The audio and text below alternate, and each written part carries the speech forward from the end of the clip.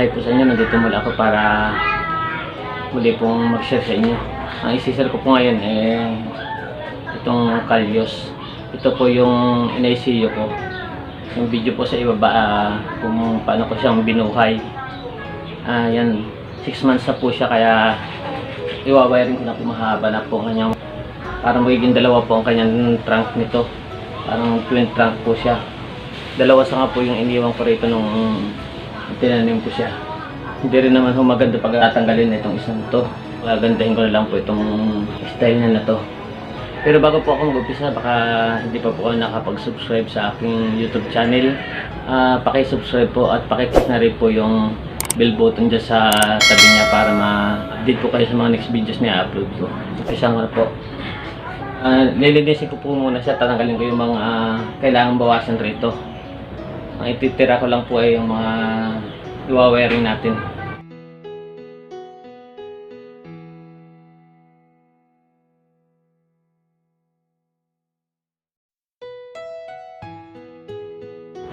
Ito pang gagawin ko, pinakang front niya. Itong kabila na to.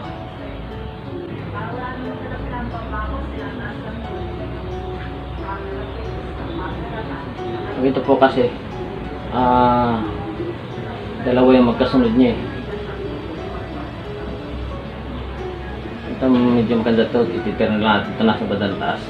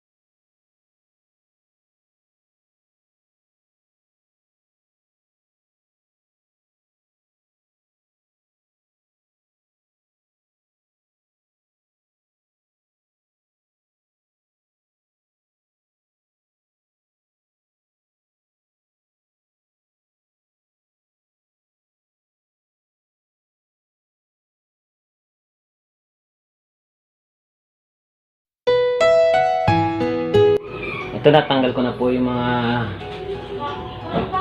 hindi kailangan i-wiring. At kailangan ito po, puputulin na po natin ito. Dahil hindi siya nagkasanga rito sa bandang taas eh, saka itong isa.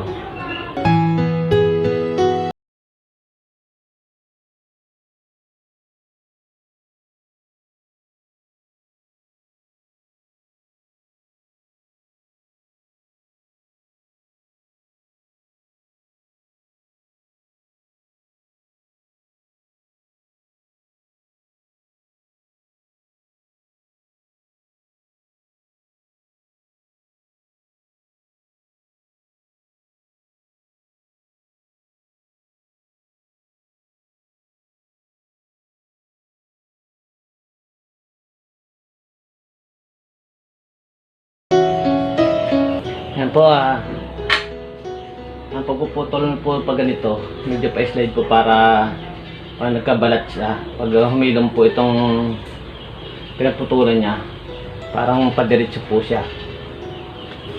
Yan, mag-wiring na po tayo ngayon.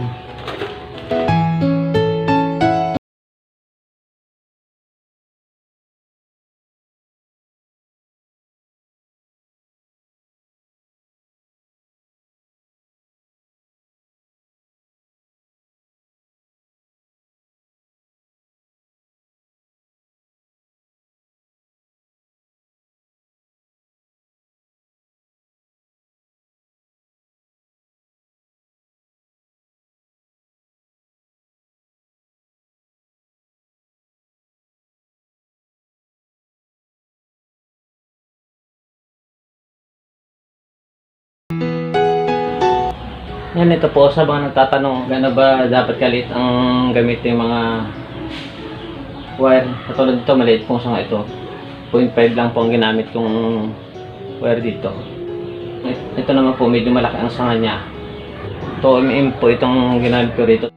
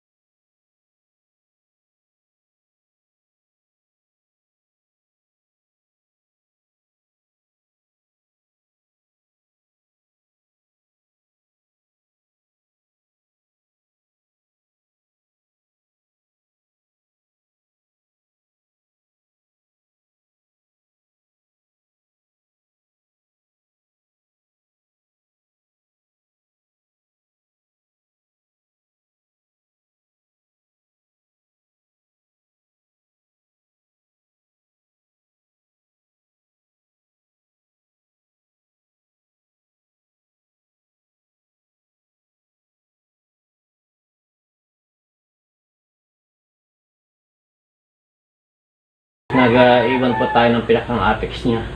Sa magkabila niya, nag-iwan po tayo. At para dito rin po tayo magbubuo ng pinakang shape niya. Pinakang apex niya dito po sa mga taas na to.